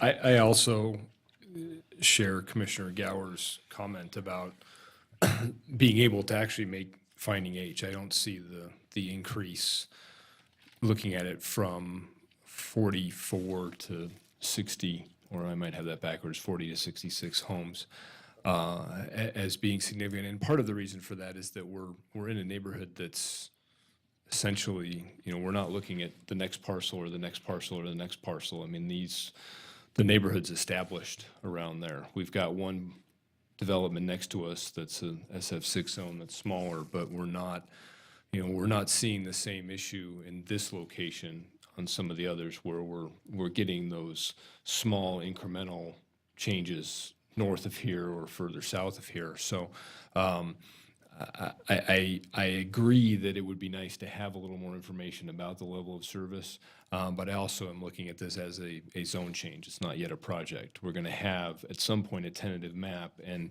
I'm just looking at the overall layout here. And if you took the size of lots that are on, say, Opal Station Drive right there, and ran those through the middle of the lot that we're looking at here, I just did a quick count and I can barely get 40 with a road and, the size of lots that we're looking at here. So as Heather said in her presentation, the numbers that we're looking at are the maximum based on the acreage, which doesn't take into account circulation, grading, everything else that we're going to have to do in there. So in my mind, I'm able to make the findings at the tentative map stage because I think a lot of the concerns that we have with respect to some of the level of service, and that is the kind of thing that we will be looking at more closely when we know exactly what is being proposed from a tentative map stage.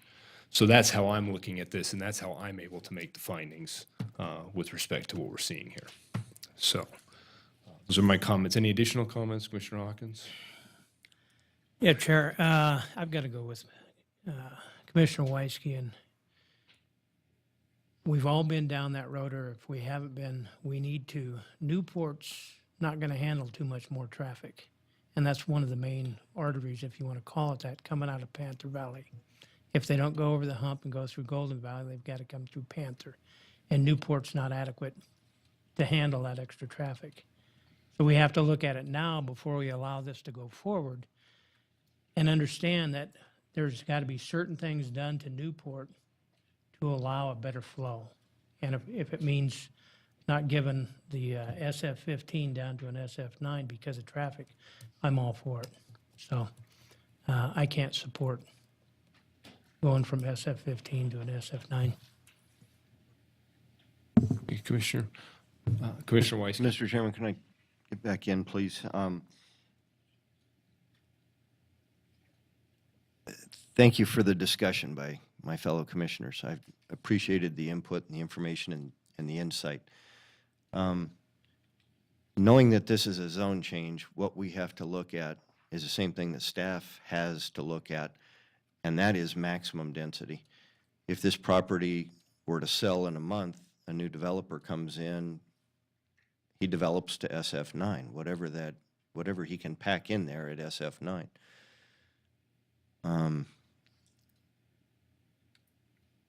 That being said, it's a zone change. And I can see this zone change as long as this commission can also look at a tentative map and deny a tentative map because traffic, LOS, whatever you want to call it, whatever isn't in line with the other existing neighborhoods and the existing infrastructure at that time, this commission then would deny the project. And if it comes before me, I will look at it that way and I will vote accordingly, whether it fits when the tentative map comes before me. But because of discussion tonight, I can now make my findings and I will be voting in favor of it. Thank you. Thank you, Commissioner. Claudia, you had input you wanted to add to Claudia this? Hansen, Planning Manager. And I just wanted to go back and clarify a little bit, and Mike Michelle can jump in if I'm misspeaking here, but there were some questions around traffic reports and those requirements earlier that I'm not sure that got completely on the record. But according to Title 18, the minimum, as soon as a project hits 200 or more peak hour trips is when the report is due, is required specifically. We can also require it for projects of regional significance, or if it's phased over 10 years, or if the impact planned roadway, projects that may impact planned roadway projects. So there's another number of other triggers. This project is not large enough to trigger any of those, so it's well below the 200. But we will be looking at it more closely when the tentative map comes in and the access points and the impact on the surrounding neighborhoods. As Mike Michelle mentioned, we don't know of an existing traffic situation up there, but we will analyze it further once the tentative map comes in. Sure. Mr. Chairman, Commissioner Weisky, I agree where I was headed and didn't get there was exactly what Commissioner Hawkins said, and that's the Panther Valley access that we've already denied projects on in increased density because the Panther Valley access point isn't designed for additional traffic. I mean, it's already, parts of it are basically one lane wide. They've never been improved. And we're putting these subdivisions with expectation of traffic on them, and we denied the last project, the requests that came before us. I don't think the project got denied. The first project request, and I remember it was a Rubicon group that brought it forward, that was turned down. So, thank you. Thank you, Commissioner. Additional comments? Mr. Gower? Mr. Chairman, I guess one more. I appreciate, Claudia, the information on the code requirement for the traffic report. I guess maybe it'd be worthwhile to know, not necessarily requiring a full traffic study, but knowing what the LOS of surrounding roadways are. I mean, if we're at an LOS A or B, then, I think the concern is less than if we're down at like an E on some of the surrounding roadways. So just having that information available, I think, would be really helpful. Thank you, Mr. Chairman. Thank you, Commissioner. Additional discussion items? Or a motion? Mr. Gower? Mr. Chairman, I'm ready to make a motion. In the case of LDC 19-00047, CFH Holdings zoning map amendment based upon compliance with the applicable findings, I move to recommend that City Council approve the zoning map amendment by ordinance. Thank you, Commissioner. Commissioner Weisky, second. Commissioners, I have a motion and a second. Further discussion? All those in favor? Aye. Opposed? No. No. Okay, so motion passes with 5 votes in favor and 2 votes opposed, Commissioner Hawkins and Commissioner Marshall. And that has a motion to the council, so we have a date for that to be heard at council. Okay. Okay. Next on our agenda is item number 6, Truckee Meadows Regional Planning Liaison Report. At a meeting last Wednesday for the TMRPA, everything was discussed and the basis of it was around the new regional plan. We also have another meeting the 8th of May. That's all I have. Could I? Were you going I to just flesh wanna- out those bare bones a little bit? I just want to add, I can add as much as you want, Commissioner Marshall, but I want to add that the commission, Regional Planning Commission, voted to make a recommendation to the Regional Planning Governing Board to give the Regional Planning Commission, which is the body that oversees the update, until August to complete the update. That was our recommendation. And the background for the reason why that request was made? The request for additional time? So we've had some discussion. Well, let me back up. So at the last meeting, we had our first opportunity as a commission to go through the draft regional plan policies. There are several sections of policies, and we made it through 2, regional form and pattern and population growth. And we still have natural resources, we still have, forget what the new terms are, but we still have several sections to get through. There's staff working group that has been involved in it. They were involved in that joint workshop that we had with staff. So the conversations have been productive around the policies, but as a commission, we feel that we need a little bit more time to be able to work through those policies and refine them, get the draft policies back once we're done with these workshops, and then kind of finalize it. We thought that the timeline that we were working under, which was more of like a June finish, would be a little bit tight. Given my relative newness to this commission, actually not anymore, I can't use that as would it be helpful for you all to have a sense of the Reno Planning Commission on some of the policies that might be at issue in terms of regional planning and our thoughts to help you all represent the city position at all, or is that us trotting on your role as commission, regional planning commission, or I guess I'm just asking, would it be of help to you all to have us voice? I can give you my perspective, but I might defer to staff or legal counsel on the interface of this commission with that commission and how that works. That's a question. I thought you said you were going to comment. No. So you can, and I might have Arlo come up because he's been attending the meetings more regular than I have been. You can inform this body of the discussion and the direction the discussion's going, but until its comments are finally adopted, it wouldn't be it shouldn't be influencing your actions here. You would be following under the current plan, which I think you all know that. But as far as where the discussion is going, you are welcome to represent that, or you can hear it from staff as well. Arlo attends the meetings regularly, as does Sienna, and we can get updates from them on the direction of the discussion. If I could add, Commissioner Marshall, Arlo Stockham for the record. In my opinion, the document's not ripe for your review. I was in meetings today and tomorrow and probably the day after that with my counterparts at the other agencies. And this is a first draft of policies. It was put forward in February by the agency, and there are a number of changes being discussed and I think being agreed to.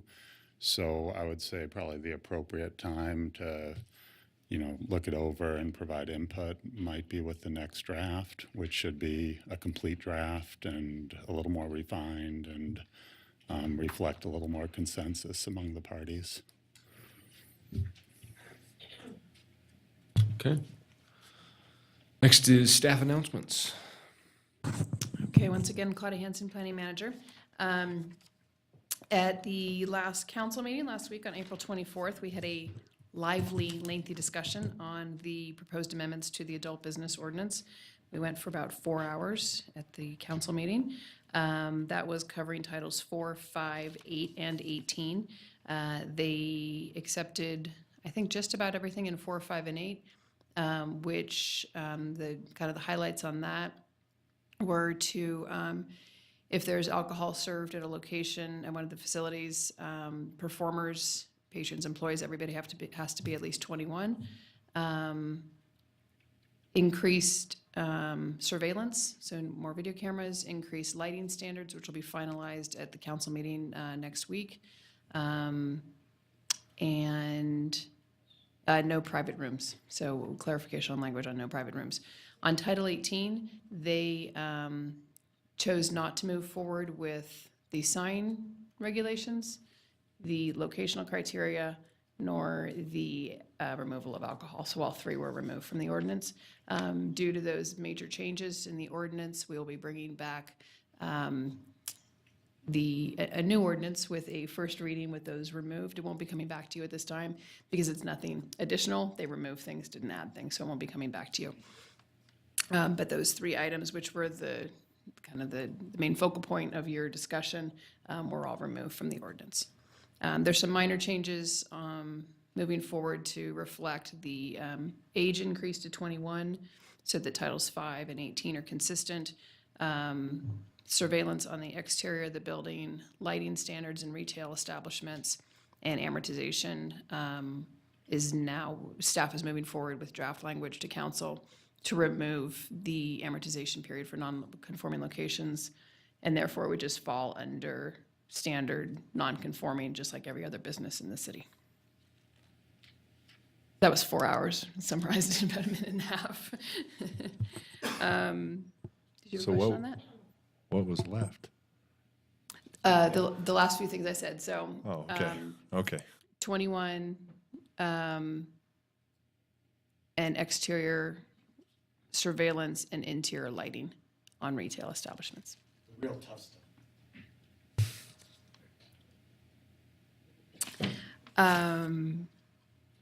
We had a number of, or two different historic resources items. We had one bringing on, or expanding Clarion Associates contract to work on the historic resources portion of the code update for the Title 18 update. So we were very excited about that. We have partial funding on that through a grant through SHPO. So we do have a match on that, which was very helpful, very appreciative for SHPO's funding on that. The Ginsburg clock out here in the plaza is now a city landmark. Just the clock, not the location. It is not a historic, I need to make sure that's on the record. That is not a historic location. It has nothing to do with the Ginsburg clock. The Ginsburg clock was down the street in front of the Jewelers. Before that was in Park Lane for a while. I think it's originally from New York, New Jersey? Your wife would be very mad at me if I didn't know. You're looking at the wrong person to answer that one. Ask Alicia and get back to me. And then the Reno Cyclery Master Plan and Dickerson Road zone change were both adopted at that meeting. And one more, we had the appeal of that fence variance that you had for RHP mechanical systems, and your decision on that was overturned and that variance was approved. That is all I have. Oh, there was a joint meeting also on Monday with Reno City Council and Washoe County Commission to discuss Lemon Valley, Swan Lake drainage effluent issues. So they got a lot of information on the record, asked a lot of questions, but no conclusive direction or answers to anything. So nothing new to provide you from that meeting. Okay.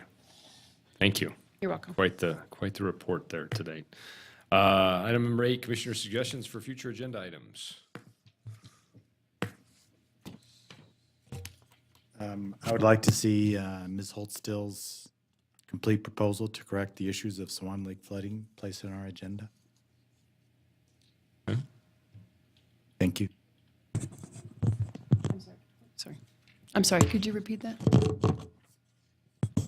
I'd like to place on our agenda the Ms. Holtstill's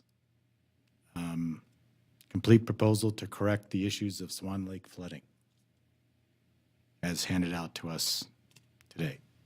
On the agenda as a discussion item or? Sure. Presentation? Or, I'm not sure how you want it. She I provided that to you, so I'm not sure how, I just want clarification. I'm not sure how you want that on the agenda, and I'll look at the attorneys if they want to jump in on this one. I think for discussion and presentation would be great. Want to provide that community with the opportunity to discuss their proposal. Thank you. Can I ask for a clarification on that? And that's to how it relates to Planning Commission, right? Not City Council or Washoe County Commission.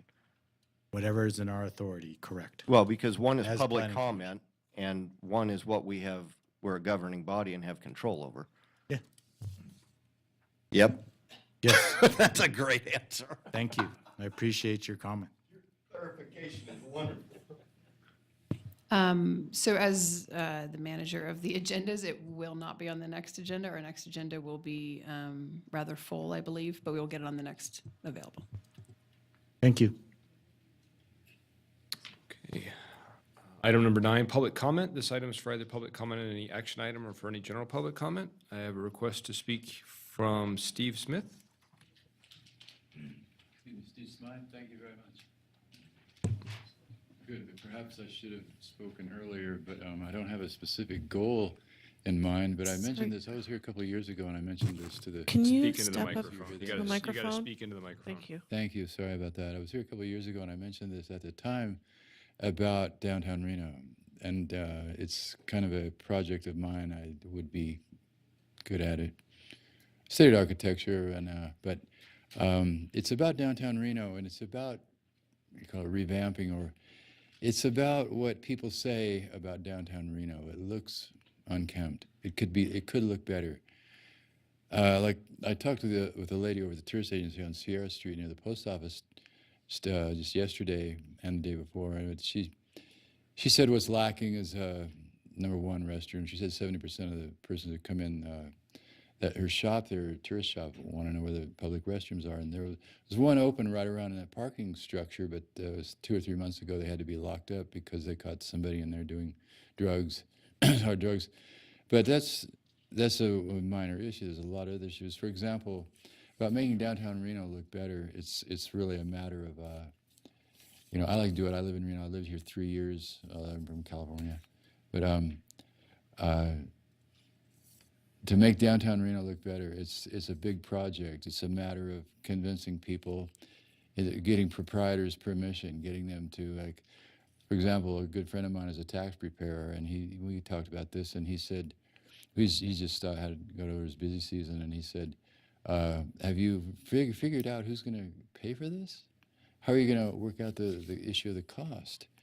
But making downtown Reno look better, it's a matter of, like, for example, around the police, it's on Center Street and 4th, around the police building right over here, it could look better. There's parts of downtown Reno that could look better, a lot better.